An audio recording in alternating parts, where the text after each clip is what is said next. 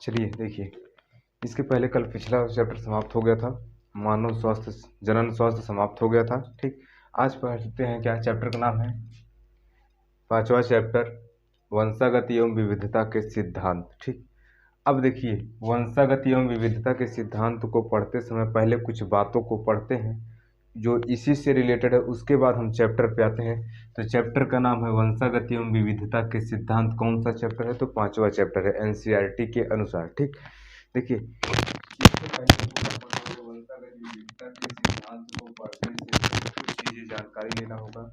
क्या पढ़ना है? तो इसको पढ़ने से पहले क्या पढ़ना है कि अनुवांशिकी एक शब्द आता है। क्या? अनुवांशिकी।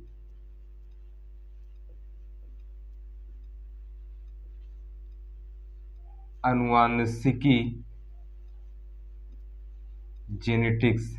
ठीक, देखिए अनुवांशिकी क्या क्या होता है। ठीक,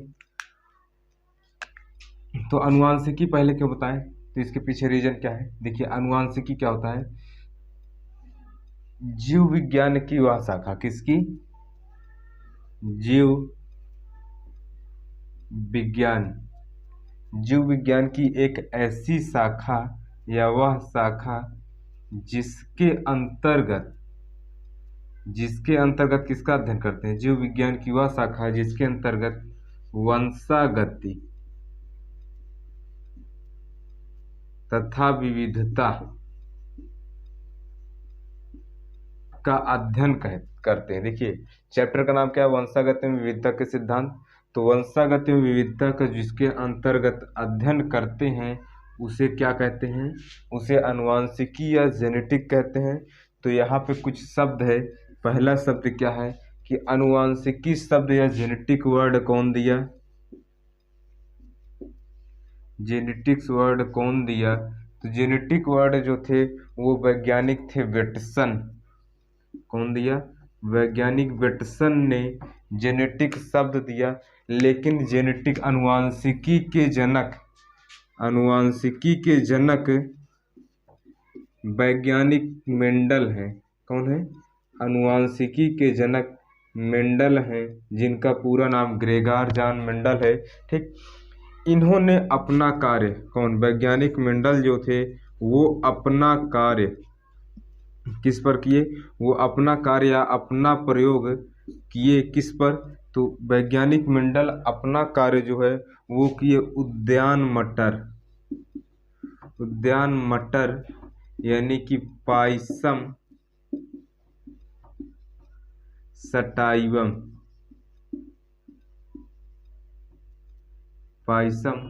सटाइवम पर किए। ठीक, अब ये क्या होता है, पहले एक बार फिर से देख रहे थे क्या कि अनुवांशिकी क्या होता है, जेनेटिक क्या होता है। तो जिसके जीव विज्ञान की वह शाखा जिसके अंतर्गत वंशागति और विविधता का अध्ययन करते हैं या पढ़ते हैं उसको क्या कहते हैं? अनुवांशिकी कहते हैं। ठीक, अनुवांशिकी शब्द कौन दिए? तो अनुवांशिकी शब्द वेटसन दिए। अनुवांशिकी के जनक कौन थे? तो मेंडल थे। इन्होंने अपना कार्य किस पर किया या अपना प्रयोग किस पर किए? तो इन्होंने उद्यान मटर, जिसे गार्डन पी भी कहते हैं, या इसका वैज्ञानिक नाम पाइसम सटाइवम पर इन्होंने अपना प्रयोग किया। ठीक, अब देखते हैं वंशागति क्या होता है। वंशागति क्या होता है? तो वंशागति जो लक्षण, ध्यान से देखिएगा, जो लक्षण एक पीढ़ी से दूसरी पीढ़ी में, किसमें? एक पीढ़ी से दूसरी पीढ़ी में, यानी कि पीढ़ी दर पीढ़ी क्या होते हैं? स्थानांतरित होते हैं, उन्हें क्या कहते हैं? वंशागति कहते हैं। जो लक्षण क्या होते हैं? पीढ़ी दर पीढ़ी स्थानांतरित होते हैं, उन्हें वंशागति कहते हैं। यानी कि देखिए कौन कौन से लक्षण होते हैं जो पीढ़ी दर पीढ़ी स्थानांतरित होते हैं? तो वे सभी लक्षण, जैसे मान लीजिए क्या है कि कोई जीव है, उस जीव का लक्षण दूसरे जीव में जाए तो उसे क्या कहेंगे? उसे अनुवांशिकी या वंशागति कहेंगे। ठीक, अब पीढ़ी दर पीढ़ी क्या होता है? एक लक्षण एक पीढ़ी से दूसरी पीढ़ी में कोई लक्षण जाता तो उसे क्या कहते हैं? वंशागति कहते हैं। ठीक, अब देखते क्या है विविधता। विविधता का मतलब होता है विभिन्नता, विविधता या फिर विभिन्नता।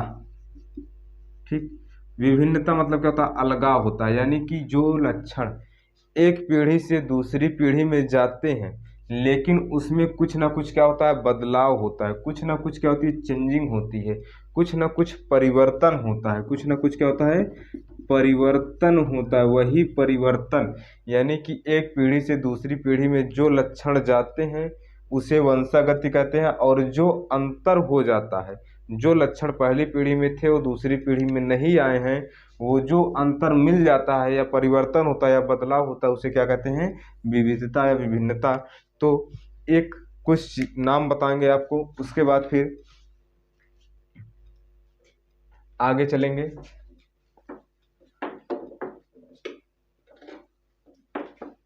तो हम आपको बता दिया वंशागति, आनुवांशिकता और विविधता के बारे में। तो यहाँ पे कुछ नाम जान लेंगे थोड़ा जो पूछे जाते हैं। आधुनिक आनुवांशिकी के जनक हैं, पूछा जाता है क्या, आधुनिक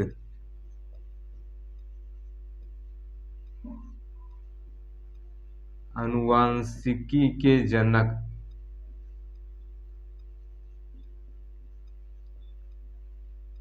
यानी कि मॉडर्न ऑफ क्या, मॉडर्न ऑफ इनहाइड्रेशन, sorry modern of genetic further.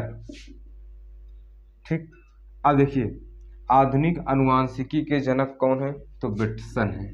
कौन है, बेटसन। आधुनिक आनुवांशिकी के जनक वैज्ञानिक बेटसन है। ध्यान दीजिएगा बेटसन जो है बहुत जगह पे आएंगे तो इसको नाम याद, इनका नाम याद रखिएगा बेटसन का। ठीक, अब दूसरा होता है प्रायोगिक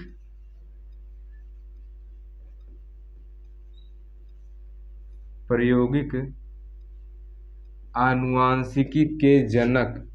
प्रायोगिक आनुवांशिकी के जनक कौन है, तो प्रायोगिक आनुवांशिकी के जनक मोर्गन है। कौन है, मोर्गन है। और तीसरा क्या है, तीसरा ये होता है मानव आनुवांशिकी के जनक। मानव आनुवांशिकी के जनक, इनका नाम जरूर याद रखिएगा, गैरोड। क्या नाम है, गैरोड है। क्या बता दिया, आधुनिक आनुवांशिकी के जनक बेटसन, प्रायोगिक आनुवांशिकी के जनक मॉर्गन, मानव आनुवांशिकी के जनक गैरोड। तो बस आज की वीडियो में बस इतना ही। उसके बाद आगे वाली वीडियो में मिलेंगे हम लोग आनुवांशिकता से संबंधित कुछ महत्वपूर्ण परिभाषा के साथ। ठीक।